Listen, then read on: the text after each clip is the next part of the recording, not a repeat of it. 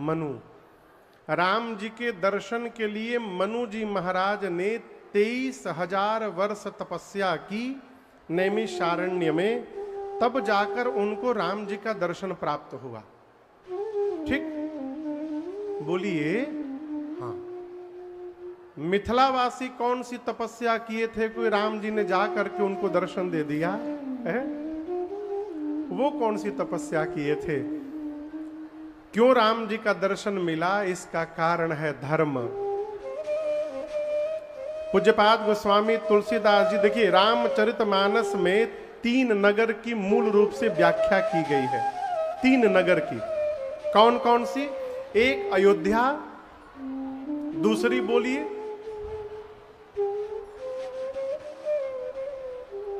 अरे ये सब यो हमारे बोले के पड़ी।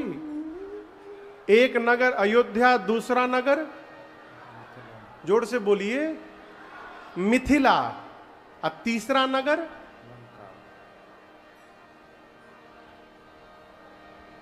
सोची सबे तीसरा का नगर कौन सा है जिसका सबसे अधिक वर्णन है? लंका। ठीक ना? अयोध्या नगरी, मिथिला नगरी और लंका नगरी। मूल रूप से 3 नगर का वर्णन किया गोस्वामी जी ने।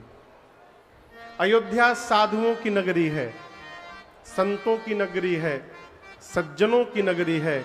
लेकिन मैं आपसे कहूं, अयोध्या जिस नगरी में परमात्मा श्री राम ने अवतार लिया, वहां भी 100% साधु नहीं है। वहां भी एक असाधु बैठी है। कौन? नाम मंथरा मंदमती, चेरी कैकई के। राम जी की नगरी अयोध्या है, जहां संत रहते हैं, लेकिन वहां भी एक दुष्ट विराजमान है जिसका नाम है मंथरा। 100% नहीं हुआ ना, मिलावट हो गया ना एक। अब आइए, लंका निशाचरों की नगरी है। लंका निशिचर राक्षसों की नगरी है लंका, लेकिन वहां भी 100% राक्षस नहीं है। वहां भी भगवान का एक भक्त बैठा है। कौन? श्री विभीषण जी महाराज। हनुमान जी बोले, लंका निशिचर निकर निवासा, यहां कहां सज्जन करवासा। राम जी की नगरी संतों की, लेकिन 100% संत वहां नहीं है। लंका राक्षसों की नगरी, लेकिन 100% वहां राक्षस नहीं है। लेकिन गोस्वामी जी जब मिथिला के बारे में बोले ना, तो बोले मिथिला में कोई मिलावट नहीं है, मिथिला 100% है। पूरा नर नारी सुभग सुचि संता, धर्मशील ज्ञानी गुणवंता। गोस्वामी जी मिथिला के विषय में कहते हैं, पूर्ण नर नारी सुभग है। सुभग यानी सुंदर है, सुचि है, सुचि यानी भीतर बाहर से पवित्र है। मिथिला के प्रत्येक नर नारी संत है। सुभग सुचि संता, धर्मशील है, ज्ञानी है, गुणवंता है। मिथिला वासियों के धर्म के कारण आप दर्शन करिए, राम जी को धारण करने के लिए कौशल्या मैया की कोख मिल गई, परंतु इस धरती पर ऐसी कोई कोख नहीं बनी थी जो मेरी मां जानकी को धारण कर सके। उन मां को मिथिला की धरती ने धारण किया है? ऐसी मिथिला नगरी जहां भगवती ने अवतार लिया, और मां भगवती के अवतार के कारण पुर नर नारी सुभग सुचि संता, सब संत हैं मिथिलावासी, धर्मशील हैं। और उनकी धर्मशीलता का कारण रहा कि राम जी खींचे खींचे मिथिला की ओर चले गए। इसलिए ये धर्म जो है ना, यही ट्रांसफरेबल है। इस जीवन का धर्म अगले जीवन में थाती बनकर के प्राप्त होगा। हम और आप जो रुपया कमाएंगे सब यही छूट जाएगा, लेकिन धर्माचरण हमारे साथ यात्रा करने वाला है, वही आगे जाएगा। इसलिए अर्थ कमाइए। देखिए, बिना अर्थ के व्यवहार नहीं हो सकता। कोई कहे कि नहीं नहीं अर्थ बेकार है, बेकार की बात ना करिए। अगर हम एयरपोर्ट पर जाएं और टिकट काउंटर पर जो बच्चा बैठा हो वो कथा का भगत हो, बोले महाराज हम रोज आपकी कथा सुनते हैं, बड़ी अच्छी बात। हम बोले एक ठे कलकत्ता का टिकट दे दो, बोले महाराज पैसा दीजिए। वो कितना भी बड़ा श्रोता हो, बिना रुपया लिए टिकट देने वाला नहीं है। जहां अर्थ का काम है वहां अर्थ लगेगा ही लगेगा, इसलिए इसको नकारा नहीं जा सकता। हां, बुद्धिमान कौन है? जो अर्थ के साथ साथ परम अर्थ भी जमा कर रहा है, वो इस जगत में चतुर व्यक्तित्व है। भगवान अवतार लिए, पूरे अयोध्या में आनंद महोत्सव चल रहा है। चक्रवर्ती जी महाराज आनंद में हैं, लेकिन थोड़े चिंतित हैं। गुरु जी की बात याद करके गुरुदेव ने कहा था, धरहु धीर होई हहि सुत चारी। कितने पुत्र होंगे गुरुदेव ने कहा था? जोर से बोलिए। और अभी कितने हुए हैं? एक। महाराज सोच रहे हैं कि गुरुदेव की बात असत्य नहीं हो सकती। 4 पुत्र होंगे तो होंगे, बड़का आ गया, बाद के 3 क्यों नहीं आ रहे, इसलिए थोड़े चिंतित हैं। तब तक एक दासी ने आकर कहा, महाराज कय सुता सुमित्रा दो,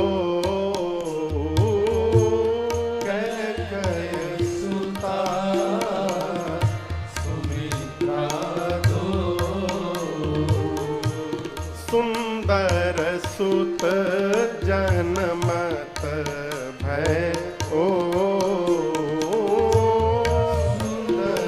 सुत जनमत भय ओ, वह सुख संपत्ति समय समाजा,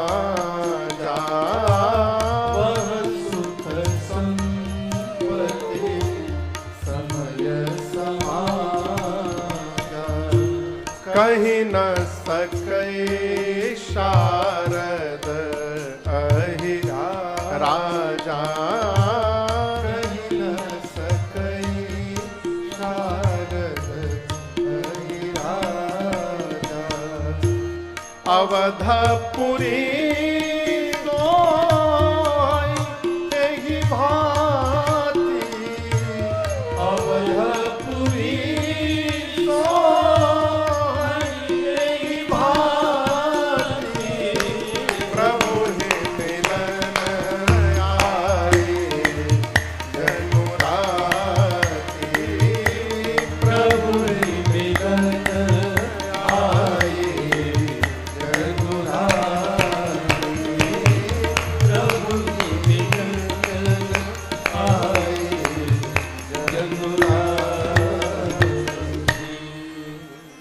गोस्वामी जी कहते हैं, महाराज अभी सोच ही रहे थे, तब तक एक दासी ने आकर कहा, महाराज बधाई हो, बधाई हो। ऐसे ही बधाई हुई। दासी ने कहा, महाराज बधाई हो, बधाई हो, बधाई हो महाराज, बधाई हो। महाराज बोले, कौने बात के बधाई, जल्दी बताओ। अच्छा, हाथ नीचे करिए। रामनवमी के दिन अयोध्या में आज तक कौन नहीं गया है?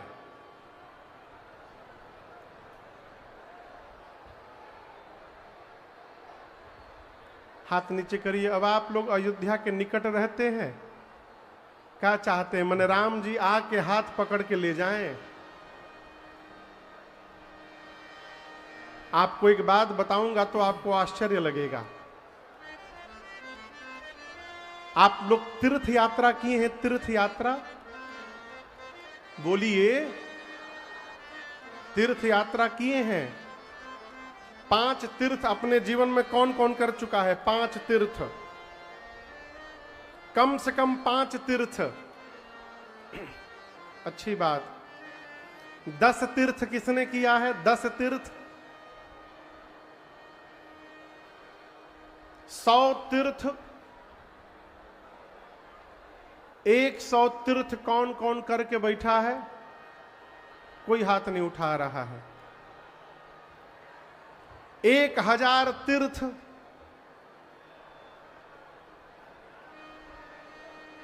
धरती पर जितने तीर्थ हैं कौन करके बैठा है? पूरी धरती के तीर्थ हम करके बैठे हैं। अब आप कहिएगा महाराज ये कैसे संभव है? मैं व्यासपीठ पर बैठा हूं, असत्य नहीं बोल सकता। धरती के जितने तीर्थ हैं सारे कर चुका हूं। अब आप पूछिए कैसे? पूछिए, अब बताऊंगा अब आपको कैसे। पूज्यपाद गोस्वामी तुलसीदास जी कहते हैं कि जिस दिन राम जी के जन्म की तिथि आती है, जे ही दिन राम जन्म श्रुति गावहीं, तीरथ सकल तहाँ चली आवहीं। श्री रामनवमी के दिन में 12 बजे धरती के जितने तीर्थ हैं सारे के सारे तीर्थ आपसे 40 किलोमीटर दूर अयोध्या में आए रहते हैं। और उस समय जो अयोध्या में पहुंच गया, बिना रुपया खर्चा किए सभी तीर्थों में जाने का पुण्य फल उसको प्राप्त हो जाएगा। ये प्रमाणित बात है। तो ऐसा अवसर दोबारा किसी को प्राप्त होने वाला नहीं है। मेरी प्रार्थना, इस साल की तो रामनवमी चली गई, अगले वर्ष की जब रामनवमी आएगी तो समय निकाल कर जाकर अयोध्या में अवश्य दर्शन कर लीजिएगा।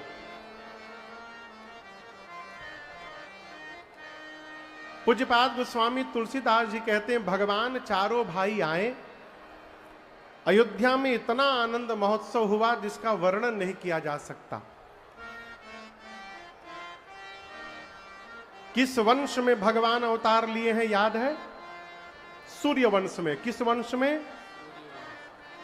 दिन में 12 बजे सूर्य नारायण कहां रहते हैं? बोलिए, नहीं खे बुझात का पूछा तनी। दिन में 12 बजे सूर्य नारायण कहां रहते हैं? ठीक ऊपर। जिस समय राम जी अवतार लिए उस समय सूर्य नारायण अयोध्या के ऊपर खड़े थे। उनके वंश में परमात्मा ने अवतार लिया। सूर्य भगवान सोचे यदि आगे चला जाऊंगा तो अयोध्या पीछे चली जाएगी और अयोध्या का उत्सव छूट जाएगा। ऐसा अवसर दोबारा जीवन में प्राप्त होने वाला नहीं है। क्यों ना चल करके एक बार रुक करके इस उत्सव का दर्शन कर लिया जाए। तो सूर्य नारायण अयोध्या के ऊपर खड़े हो गए और उत्सव दर्शन करने लगे। बधाई गाने वाले एक बधाई गाएं, 2 गाएं, 3 गाएं। अब जितना सुनते गए सूर्य नारायण उनका मन और रमते गया। 3 घंटा 4 घंटा सुने, उसके बाद निर्णय किए कि अब एक बार ये लोग उत्सव बधाई बंद कर दें, फिर हम आगे बढ़ेंगे। किसने सोचा? किसने सोचा? सूर्य भगवान सोचे कि अयोध्या का बधाई उत्सव बंद हो जाए, फिर हम आगे बढ़ेंगे। बधाई गाने वाले क्या सोच रहे हैं? रात हो जाए तो बंद किया जाए। रात कब होगी? जब सूर्य भगवान जाएंगे। आप दर्शन करिए, सूर्य भगवान कब जाएंगे? जब बधाई बंद होगा। अब बधाई कब बंद होगा? जब रात होगी। रात कब होगी? जब वो जाएंगे। तो न सूर्य भगवान जा रहे हैं, न रात्रि आ रही है, न बधाई बंद हो रहा है। अब बंद नहीं हो रहा है इसलिए वो जा नहीं रहे हैं। गोस्वामी जी कहते हैं इसी चक्कर में राम जी के अवतार के बाद मास दिवस कर दिवस भाव, यह हमर मन जानई को, रथ समेत बिथा केऊ, कहिए निशा कवन विधि हो। गोस्वामी जी कहते हैं परमात्मा के अवतार के बाद श्रीधाम अयोध्या में 1 महीने तक दिन ही दिन बना रहा, 1 माह तक।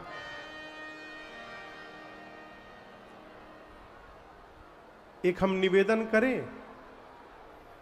ये जो बीच में से हलचल हो रही है ना, इसको थोड़ा बंद करिए।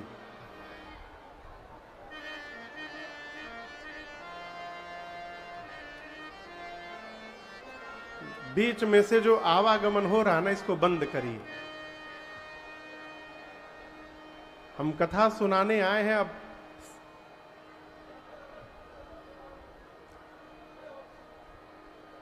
बैठ जाइए, कुर्सी लेके बैठ जाइए, खड़ा ना रहिए। कुर्सी लेकर एक आदमी बैठ जाए, यहां हलचल बंद कराइए बीच में।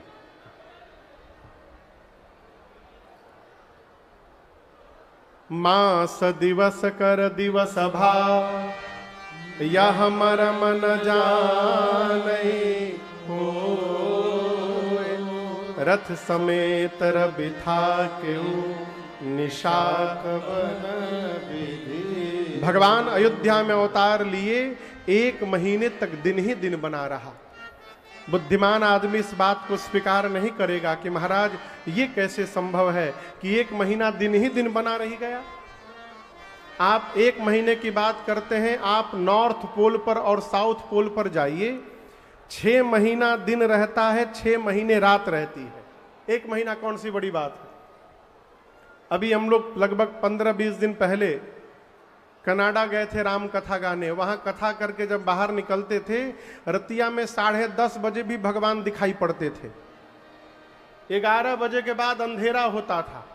अब आप सोचिए, किसी से कहिए कि 11 बजे अंधार होता है तो लोग कहेंगे भांग खैले बड़ा का, लेकिन वहां होता है।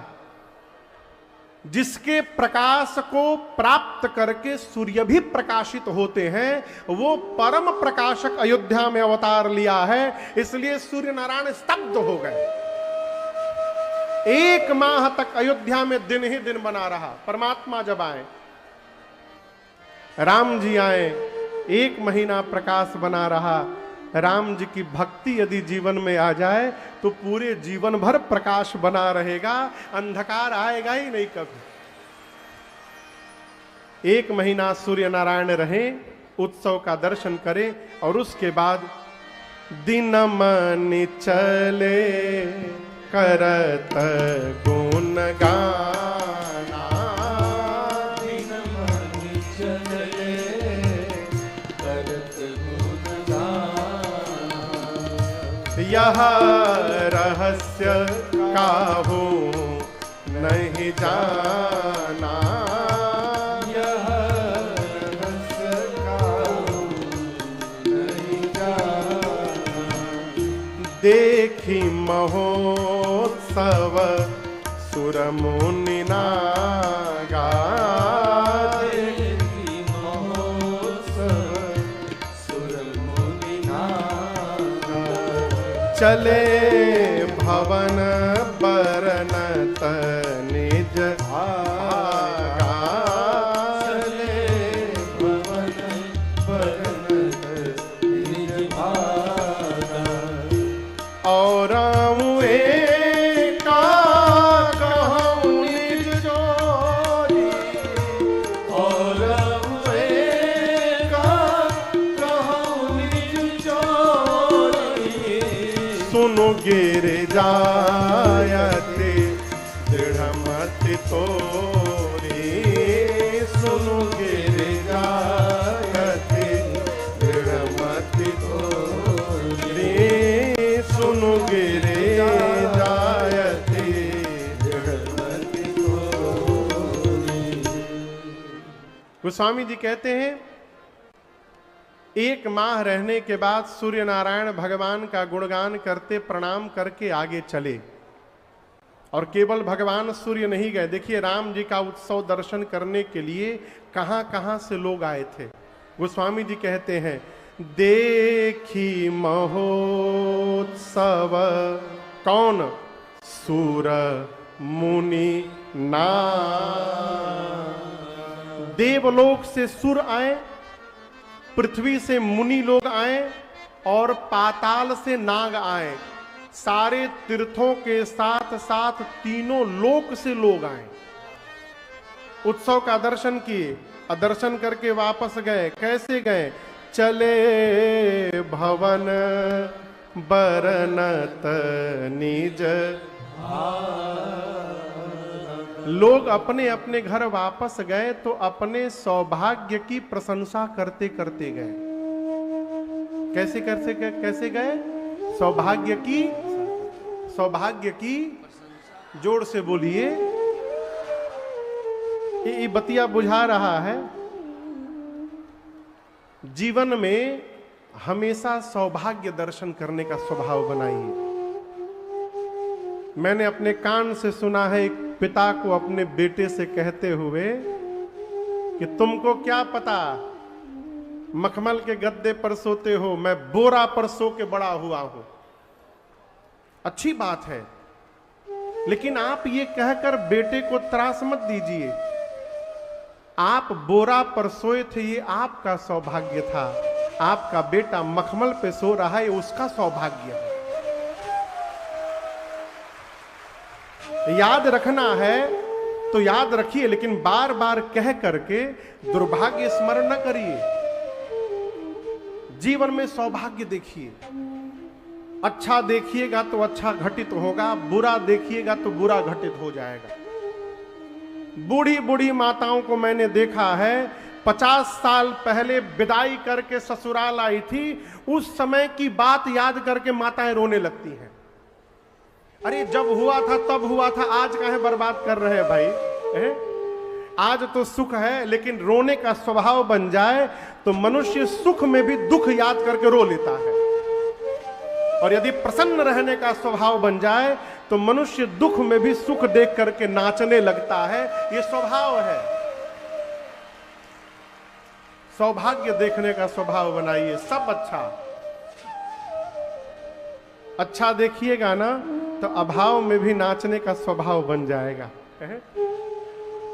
सब अच्छा है। भगवान की बड़ी कृपा है, बड़ी कृपा है।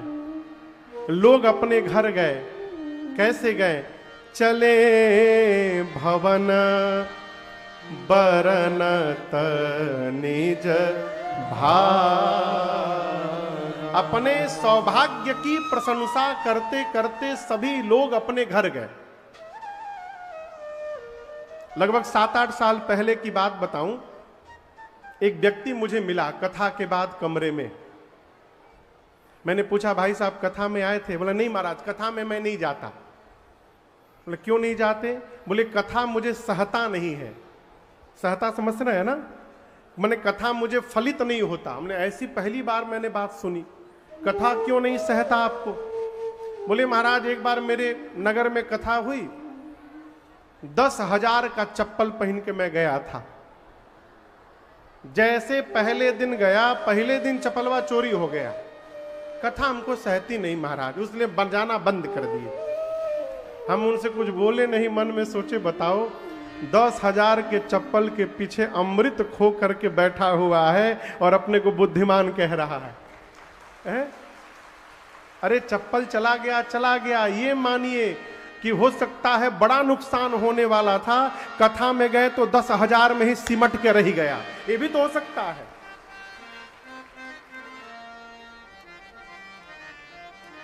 अच्छा, कई लोग सोचते हैं कथा वथा बेकार है, बिना मतलब में काहे के लिए। हम कहते हैं कोई लाभ नहीं होता, लेकिन अभी मान के चलिए कम से कम 10-15 हजार लोग यहां बैठे हैं। कल्पना करिए यदि कथा न होती तो ये 15,000 लोग क्या करते सोचिए। हो सकता है कोई किसी को डांटता, कोई किसी को मारता, हो सकता है कोई गलत काम करता, और कोई लाभ तो नहीं हुआ। लेकिन 3 घंटा कथा में रहने से कम से कम उस गलत कार्य को करने से तो जीव बच रहा है। ये बहुत बड़ी बात है, बहुत बड़ी बात। एक लड़का MBA पढ़ के आया, अपने पिताजी से बोला, पिताजी आप क्या बिना मतलब का कथा वथा सुनते रहते हैं? इन महाराज लोग के पास कोई काम धंधा तो है नहीं, आते हैं सबका टाइम बर्बाद करते हैं, चले जाते हैं दक्षिणा लेकर के। अब पिता उसको कैसे समझाएं? पिता उस बच्चे को ले करके महाराज के पास गए। महाराज के पास गए, बिराजिए बिराजिए बिराजिए बिराजिए बिराजिए बिराजिए, हो गया बैठिए बैठिए, आप लोग बैठिए, आप लोग बैठिए बैठिए, खड़े ना रहिए, बैठिए, आइए सीधे बैठिए, प्रणाम वणाम बाद में हुई, सीधे बैठिए।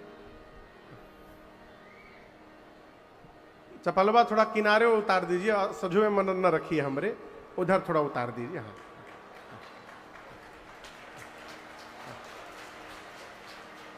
है ए बाबू, चपलवा पलवा किनारे का दहो होने की ओर।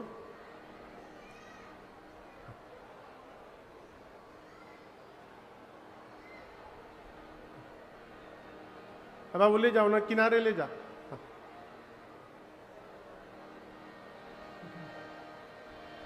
आइए थोड़ा कीर्तन करते हैं। श्री राम जय राम जय जय श्री राम जय राम जय जय राम श्री राम जय राम जय जय राम श्री राम जय राम जय जय राम श्री राम जय राम जय जय राम श्री राम जय राम जय जय राम श्री राम जय राम जय जय राम श्री राम जय राम जय जय राम रघुपति राघव राजा राम रघुपति राघव राजा रघुपति राघव राजा राम रघुपति राघव राजा राम पतित पावन सीताराम पतित पावन सीताराम श्री राम जय राम जय जय राम श्री राम जय राम जय जय राम। बोलिए सियावर रामचंद्र भगवान की जय। हाँ, तो क्या कह रहे थे हम? हाँ हाँ हाँ, ठीक ठीक बोले। पिताजी बच्चे को महाराज के पास ले गए, कहे महाराज ये बच्चा कुछ कहना चाहता है। महाराज ने कहा कहो। बच्चे ने कहा आप लोग क्या करते हैं, आते हैं 3 घंटा 4 घंटा सबको फंसा के रखते हैं। यदि ये 10,000 लोग 3 घंटा काम किए होते तो देश का कितना विकास हुआ रहता। महाराज बोले बात तो बड़ी अच्छी बताए तुम क्या करते हो? बोला मैं MBA हूं, जॉब करता हूं। बोले कितने बजे जाते हो ऑफिस? सुबह 10 बजे। कब तक रहते हो? शाम को 5 बजे तक। फिर क्या करते हो? घर आता हूं, थोड़ा फ्रेश होता हूं, घूमता हूं, रात को 10 बजे खा के सो जाता हूं। सुबह कब उठते हो? 6 बजे। महाराज बोले तुम 8 घंटा सोते हो? बोला हाँ। डेली? बोला हाँ डेली सोता हूं। महाराज बोले तुम मूर्ख हो, यदि 8 घंटा और काम करते तो देश कितना विकास करता। बोला क्या बात करते हैं आप? मैं 8 घंटा रात को सोता हूं तो अगले दिन भर काम करने की ऊर्जा मिलती है। महाराज बोले उसी प्रकार तुम्हारे पिताजी साल में 9 दिन कथा सुनते हैं तो इनको साल भर काम करने की ऊर्जा प्राप्त होती है, इसलिए आते हैं। सौभाग्य दर्शन करिए। लोग अयोध्या में राम उत्सव का दर्शन करके चले, अपने अपने सौभाग्य की प्रशंसा करते हैं। कैलाश में बैठे भगवान शंकर मां पार्वती से कहते हैं, देवी अब मैं आपको अपनी एक चोरी की कथा सुनाता हूं। मां ने पूछा, कौन सी चोरी? शंकर भगवान बोले, जब राम जी अयोध्या में अवतार लिए तो आपको बिना बताए मैं भी दर्शन करने चला गया था। मां बोली, अकेले चले गए? शंकर जी बोले, अकेले नहीं गए। काग भुषुंडी संग हम दो, मनुज रूप जानई नहीं। बाबा बोले, देवी काग भुषुंडी जी के साथ मैं गया। किसके साथ गया? ये नहीं बोले शंकर जी कि मेरे साथ काग भुषुंडी गए, नहीं, काग भुषुंडी जी के साथ मैं गया। मनुष्य के रूप में हम लोग गए देवी, और जाने के बाद जैसे अयोध्या के सीमा में प्रवेश किए, हम लोग परमानंद से परिपूर्ण हो गए।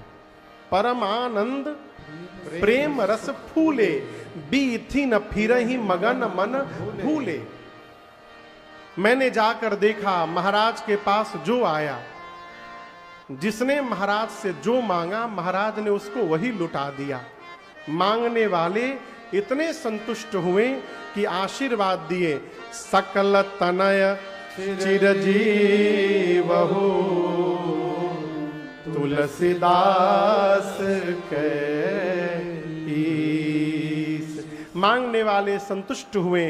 ये क्रम चलता रहा, लोग आते गए, महाराज देते गए। बाबा कहते हैं, कच्छुक दिवस बीते एहि भांति, कच्छुक दिवस बीते एहि भांति, जात न जानिय दिन अरु राति,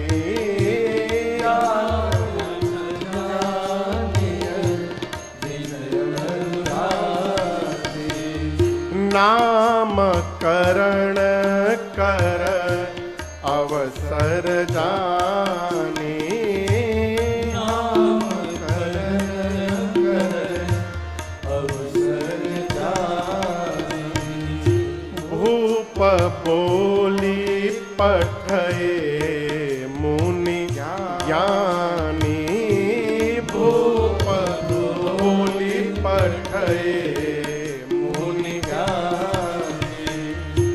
करि पूजा भूपति सभा था, करि पूजा भूपति सभा था, धरिय नाम जो मुनि गुनि राखा, धरिय नाम जो मुनि गुनि राखा, हरिया नाम जो मुनि गुनि राखा।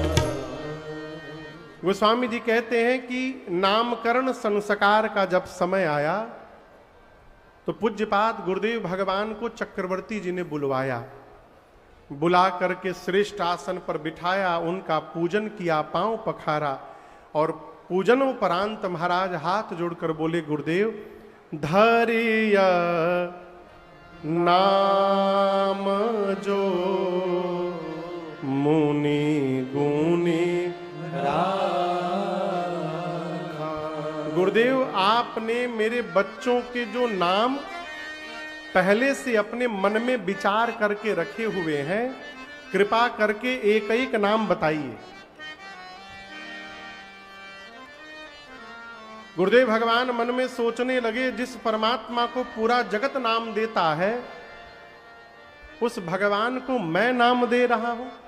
आपको मैं बताऊं, गुरुदेव भगवान श्री वशिष्ठ जी ब्रह्मा जी के पुत्र हैं। किसके पुत्र हैं? ब्रह्मा जी के। ब्रह्मा जी ने जब वशिष्ठ जी को ये कहा कि आप जाकर रघुवंश का पुरोहित बनिए, तो पहले गुरु जी ने मना कर दिया कि मैं उपरोहित नहीं बनना चाहता, मैं अपने पूर्वजों के पथ पर चलना चाहता हूं। जैसे नारद जी सनकादिक मुनि हैं, ब्रह्म की खोज में मैं निकलना चाहता हूं। तब ब्रह्मा जी ने कहा, जिस ब्रह्म की खोज में आप जाना चाहते हैं, मैं आपको जहां भेज रहा हूं वहां वही ब्रह्म एक दिन आपकी गोद में खेलने वाले हैं। इसलिए मैं कहता हूं रघुवंश का पुरोहित बनिए। आज गुरुदेव भगवान वशिष्ठ जी को ब्रह्मा जी की बात याद आ गई। कहे, महाराज आपके बच्चों के अनेक नाम हैं और आप नाम रखने के लिए कह रहे हैं, तो उन अनेक नामों में से एक एक नाम मैं आपको बता रहा हूं। सबसे पहले महाराज दशरथ की गोद में, चक्रवर्ती जी महाराज की गोद में राम जी विराजमान थे। गुरुदेव ने कहा, आपके ज्येष्ठ पुत्र जोवानंद सिंधु सुख रासे, जोवानंद सिंधु सुख रासे, करते त्रैलोक सुपासे, करते त्रैलोक सुपासे, सो सुख धामा राम यस नामा, सो सुख धामा राम यस नामा, अखिल लोकदायक विश्राम, अखिल लोकदायक विश्राम, अखिल लोकदायक विश्राम, अखिल लोकदायक विश्राम। गुरुदेव ने कहा, महाराज आपके ज्येष्ठ पुत्र ये पता है कौन है? महाराज बोले, हमारा बड़ लड़का है। बोले, बाद में है। ये महाराज आनंद के समुद्र हैं। राम जी कौन है? आनंद के समुद्र हैं। आप में से कोई समुद्र देखा है? समुद्र सही में जब आप समुद्र के सामने पहुंचिएगा ना, तब जाकर समुद्र की विशालता का पता चलता है। अथाह जल, कितना भी बड़ा अभिमानी क्यों ना हो, समुद्र के पास जाने पर उसका अभिमान चूर्ण चूर्ण हो जाता है। गुरुदेव भगवान ने कहा, महाराज समुद्र में जितना जल भरा हुआ है, राम जी के पास उतना आनंद भरा हुआ है। ये आनंद के समुद्र हैं। राम जी आनंद के समुद्र हैं। और आनंद ही क्यों कहा गया? हिंदी साहित्य में सभी शब्द का विलोम शब्द भी है। दिन का उल्टा क्या है? जोर से बोलिए। बड़ा का छोटा, अच्छा का गोरा का, भीतर का सुख का, सभी शब्द का विलोम मिलेगा, लेकिन आनंद का कोई विलोम शब्द नहीं है। आनंद का कोई विलोम उल्टा शब्द नहीं है। जानते हैं क्यों? क्योंकि आनंद मेरे राम जी का स्वरूप है, इसलिए उसका कोई विलोम शब्द नहीं है। गुरुदेव ने कहा, महाराज आपके ज्येष्ठ पुत्र जो हैं, ये आनंद के समुद्र हैं। त्रैलोक्य तक की सुंदर व्यवस्था करने वाले हैं। ये सुख के धाम है महाराज। यही पूरे जगत को विश्राम देने वाले हैं। जो पूरे जगत को विश्राम दे, उनका नाम आज से राम होगा। जैसे गुरुदेव ने नामकरण किया, पूरी सभा बोली, बोलिए राम लला सरकार की जय, अब राम जी के बाद भरत जी का नंबर। गुरुदेव ने कहा आपके दूसरे कुमार विश्वभरण पोषण कर जोई, ताकर नाम भरत अस होई। गुरुदेव ने कहा महाराज आपके जो दूसरे पुत्र हैं ना, ये पूरे विश्व का भरण पोषण करेंगे। भरत जी पूरे जगत का क्या करेंगे? भरण पोषण। तो क्या भरत जी सबको भोजन कराएंगे? बोलिए, भरत जी क्या सबको भोजन कराते हैं? अरे बोलिए, तो क्यों कहा भरण पोषण करते हैं? ये समझने वाली बात है।